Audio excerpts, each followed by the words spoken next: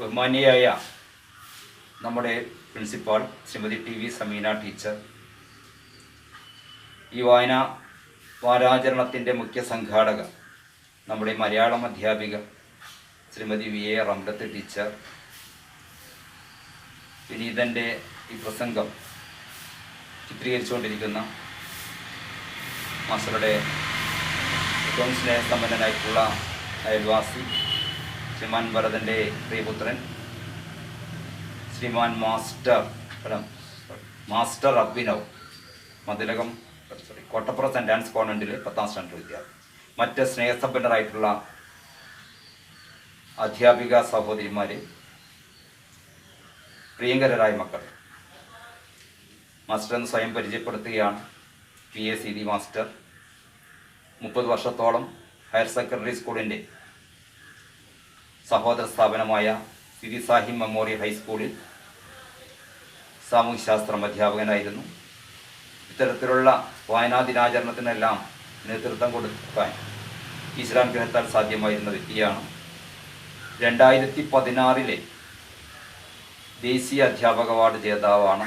2012 സംസ്ഥാന സർക്കാരിൻ്റെ സംസ്ഥാന അധ്യാപക അവാർഡ് ജേതാവാണ്.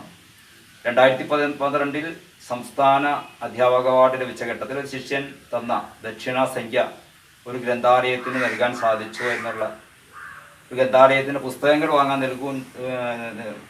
വാങ്ങി നൽകാൻ സാധിച്ചു എന്നുള്ള കൃതാർത്ഥതയോടെ തരുണത്തിൽ എൻ്റെ ആശംസാ ഭാഷണത്തിലേക്ക് കടക്കുകയാണ്. ഇന്ന് വായനാ ദിനം. കേരളത്തിലുടനീളം വായനാ ദിനാചരണം നടക്കുന്ന വേള, ഒരു വ്യക്തിയുടെ ജീവിതത്തിലെ ഏറ്റവും സുഖദായകമായ, സുഖം പ്രദാനം ചെയ്യുന്ന ഘടകം ഏതെന്ന് ചോദിച്ചാൽ നിങ്ങൾക്കെല്ലാം പല ഉത്തരങ്ങളാണ്.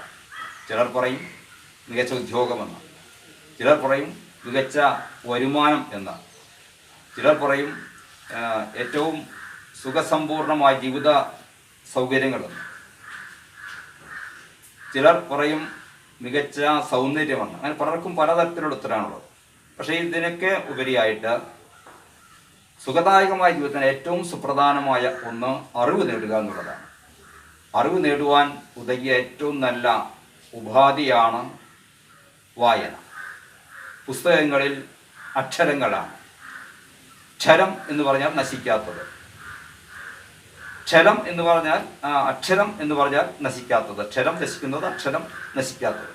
അപ്പം നശിക്കാത്ത ലിഖിതങ്ങൾ ഉൾപ്പെട്ടതാണ് ഓരോ പുസ്തകവും. ആ പുസ്തകങ്ങൾ പാരായണം ചെയ്യുക എന്നുള്ളത് ഏറ്റവും മഹനീയമായ ഒരു കൃത്യമാണ്.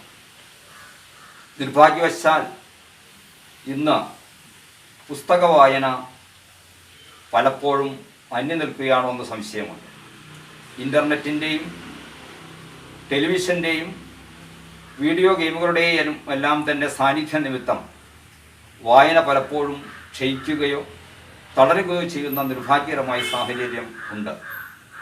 വായനയുടെ ചരിത്രം വിശകലനം ചെയ്യുമ്പോൾ നമുക്കൊരിക്കലും മറക്കാനാകാത്തൊരു നാമധേയമുണ്ട്. മഹാനായ എബ്രഹാം ലിങ്കൺ. നിങ്ങൾ കേട്ടിരിക്കും. അമേരിക്കൻ പ്രസിഡൻ്റായിരുന്നു. അമേരിക്കയ്ക്ക് ഒരുപാട് പ്രസിഡന്റുമാരുണ്ടായിരുന്നിട്ടുണ്ട്. പക്ഷേ അതിൽ നാം എബ്രഹാം ലിങ്കണെ എപ്പോഴും പ്രകീർത്തിക്കുകയും സ്തുതിക്കുകയും എല്ലാം ചെയ്യുന്നു. അതിൻ്റെ കാരണം തൻ്റെ ബാല്യകാലം മുതൽ തൻ്റെ ജീവിതാന്ത്യം വരെ പ്രതിസന്ധികളോട് വെല്ലുവിളികൾ നേരിട്ടുള്ള ഒരു ജീവിതമായിരുന്നു അദ്ദേഹത്തിൻ്റേത്. നമുക്കെല്ലാം നല്ല രീതിയിൽ പ്രൈമറി വിദ്യാഭ്യാസം ലഭിച്ചവരാണ്. പക്ഷേ ലിങ്കൻ്റെ ചരിത്രം അറിയുമോ? ലിങ്കണ് തൻ്റെ ബാല്യകാലത്ത് പ്രൈമറി വിദ്യാഭ്യാസം സാധ്യമായിരുന്നില്ല. അതിനുള്ള സാമ്പത്തിക അവസ്ഥ അദ്ദേഹത്തിനുണ്ടായിരുന്നില്ല. പക്ഷേ പരിശ്രമിയായ വിജ്ഞാനദാഹിയായ ലിങ്കൺ വിദ്യാഭ്യാസം നേടുവാൻ അനവരതം പ്രയത്നിച്ചു. നമ്മൾ അറിയണം, തനിക്ക് പഠിക്കാനുള്ള ഒരു പുസ്തകം കരസ്ഥമാക്കുന്നതിനായിട്ട് 14 കിലോമീറ്റർ യാത്ര ചെയ്ത, 14 കിലോമീറ്റർ കാൽനടയായി യാത്ര ചെയ്ത ഒരു വ്യക്തിയാണ് അദ്ദേഹം. എന്നിട്ടാണ് പുസ്തകം കരസ്ഥമാക്കിയത്. അങ്ങനെ നേടിയ പുസ്തകമോ നിർഭാഗ്യവശാൽ അത് മഴയിൽ കുതിർന്ന് നശിച്ചുപോയി. അദ്ദേഹം ആ പുസ്തകം ശരിക്കും വായിച്ചിരുന്നു, അതിലെ കാര്യങ്ങളെല്ലാം ഉൾക്കൊണ്ടിരുന്നു. പക്ഷേ തൻ്റെ വീട് ചോർന്നൊലിച്ചതുകൊണ്ടോ മറ്റോ ആവാം അദ്ദേഹത്തിൻ്റെ ആ പുസ്തകം പൂർണ്ണമായിട്ടും നശിച്ചുപോയി. അദ്ദേഹം ആ പുസ്തക ആ പുസ്തകം ഉടമയ്ക്ക് പുസ്തകം തിരിച്ചു നൽകാൻ അദ്ദേഹം നടത്തിയ ത്യാഗം നമ്മൾ അറിയണം. ആ പുസ്തക ഉടമ ഒരു തോട്ടം ഉടമയായിരുന്നു. ഒരു തോട്ടത്തിൻ്റെ ഒരു വലിയ തോട്ടത്തിൻ്റെ ഉടമയായിരുന്നു അദ്ദേഹം. അതുകൊണ്ട് എബ്രഹാം ലിങ്കന്റെ ബാല്യത്തിലെ നാമധേയം എബി എന്നായിരുന്നു. അവൻ കൊച്ച് എബി ചെയ്തത് ആ പുസ്തകത്തിൻ്റെ കടം വീട്ടാനായിട്ട് 3 ദിവസമാണ് ആ തോട്ടം മുതലാളിയുടെ വീട്ടിൽ അദ്ദേഹം ജോലി ചെയ്തത്. അപ്പോൾ പ്രിയപ്പെട്ട കുട്ടികൾ, നിങ്ങൾ അറിയണം പുസ്തകത്തിൻ്റെ പ്രാധാന്യം അത്രമേലുണ്ട് ഇതാണ് ഇതിൽ നമ്മൾ മനസ്സിലാക്കേണ്ടത്. ഇന്ന് ഈ വായനാ ദിനത്തിൽ വായനാ പ്രസ്ഥാനത്തിൻ്റെ ലൈബ്രറി പ്രസ്ഥാനത്തിൻ്റെ ഒക്കെ നെടുനായകത്വം വഹിച്ചിരുന്ന PN പണിക്കരുടെ ജന്മദിനമാണെന്ന്. അദ്ദേഹം വായനയ്ക്ക് വേണ്ടി തൻ്റെ ജീവിതകാലം അത്രയും അധ്വാനിച്ചൊരു കർമ്മയോഗിയായിരുന്നു. അദ്ദേഹത്തിൻ്റെ ജന്മദിനമാണിന്ന്. ഈ ദിനത്തിൽ നമ്മുടെ ഈ ജന്മദിനം, ഈ വായനാ ദിനം കേവലം നമ്മൾ ഇങ്ങനെ ഓരോ ആഘോഷങ്ങളൊക്കെ ഉണ്ടാകുന്നത് പോലെ ഇന്നത്തെ ഒരു ദിവസം മാത്രം ആകരുത്. ഒരു വർഷത്തിൽ 52 ആഴ്ചകളാണുള്ളത്.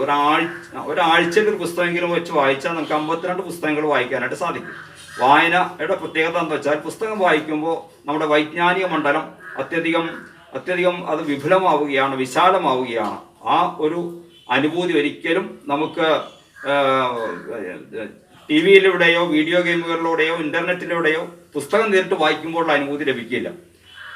ഈ പറഞ്ഞ ഇൻ്റർനെറ്റിലൂടെയും TV-യിലൂടെയൊക്കെ നമുക്ക് ലഭിക്കുന്ന ജ്ഞാനം അത് ക്യാപ്സ്യൂൾ രൂപത്തിലുള്ളതാണ്. അത് യഥാർത്ഥ ജ്ഞാനം ആവണമെങ്കിൽ വായനയുടെ അനന്ത ചക്രവാളത്തിലേക്ക് എത്തണമെങ്കിൽ പുസ്തകം വായിക്കണം. അപ്പോൾ തീർച്ചയായിട്ടും ആ രീതിയിൽ പുസ്തകങ്ങളെ ഉൾക്കൊള്ളാനായിട്ട് നിങ്ങൾ തയ്യാറാകണം. നമ്മൾ സമ്മാനങ്ങളൊക്കെ നൽകുമ്പോൾ നമ്മൾ പരമ്പരാഗത രീതിയൊക്കെ മാറ്റി പുസ്തകങ്ങൾ നൽകാനുള്ള ശ്രമം ഉണ്ടാകണം. കാരണം പലപ്പോഴും നമ്മുടെ സ്കൂളിലൊക്കെ വായനാവാരോ മറ്റൊരുപാട് ദിനാചരണങ്ങളൊക്കെ നടക്കാറുണ്ട്. അതിഥികൾ വരുമ്പോൾ നമ്മൾ പലപ്പോഴും ബൊക്കെയൊക്കെയാണ് കൊടുക്കുന്നത്. ഈ ബൊക്കയുടെ ഒക്കെ ഐസ് എന്ന് പറഞ്ഞാൽ അത് അൽപായുസാണ്. പലപ്പോഴും പല അതിഥികളും ആ ബൊക്കെ കൊണ്ടുപോകാൻ പോലും തയ്യാറാകാതെ മേശപ്പുറത്തേണ്ടി വെച്ച് പോവുകയാണ്. അതേസമയം പുസ്തകം നൽകിയാൽ അത് എക്കാലത്തേക്കും ഗുണപ്രദമാണ്. അവരത് വായിച്ചു കഴിഞ്ഞ ശേഷം പല അതിഥികളും അത് ലൈബ്രറികൾക്ക് കൊടുക്കും. അങ്ങനെ വിജ്ഞാനത്തിൻ്റെ പ്രഭ എല്ലായിടത്തേക്കും വ്യാപിക്കും. പ്രിയപ്പെട്ട കുട്ടികളെ, വായനാവാരത്തിൻ്റെ ഈ ദിനത്തിൽ നമ്മുടെ ആചരണം ഈ ദിനത്തിൽ മാത്രം ഒതുക്കി നിർത്താതെ മാസ്റ്റർ നേരത്തെ സൂചിപ്പിച്ചതുപോലെ ഒരു പുസ്തകമെങ്കിലും ഒരാഴ്ചയിൽ വായിച്ച് നമ്മൾ വിജ്ഞാന കുതിക്കികളായിട്ട് മാറണം. വിജ്ഞാന സമ്പത്തുള്ള പണ്ഡിതരായിട്ട് മാറണം. അതിന് സർവേശ്വരൻ കരുത്തേകട്ടെ എന്ന് ആത്മാർത്ഥമായി ആശംസിക്കുകയും പുസ്തകം വായിക്കാനുള്ള പ്രേരണ വിദ്യാലയത്തിലെ സഹപാഠികളിലേക്കും നമ്മുടെ അയൽവക്കക്കാരിലേക്കും നമ്മുടെ സുഹൃത്തുക്കളിലേക്കും നമ്മുടെ ബന്ധുജനങ്ങളിലേക്കും ഒക്കെ പകരണമെന്ന് കൂടി ഉദ്ബോധിപ്പിച്ചുകൊണ്ട് നിർത്തുകയാണ്. എല്ലാവർക്കും നന്ദി, നമസ്കാരം, ജയ് ഹിന്ദ്.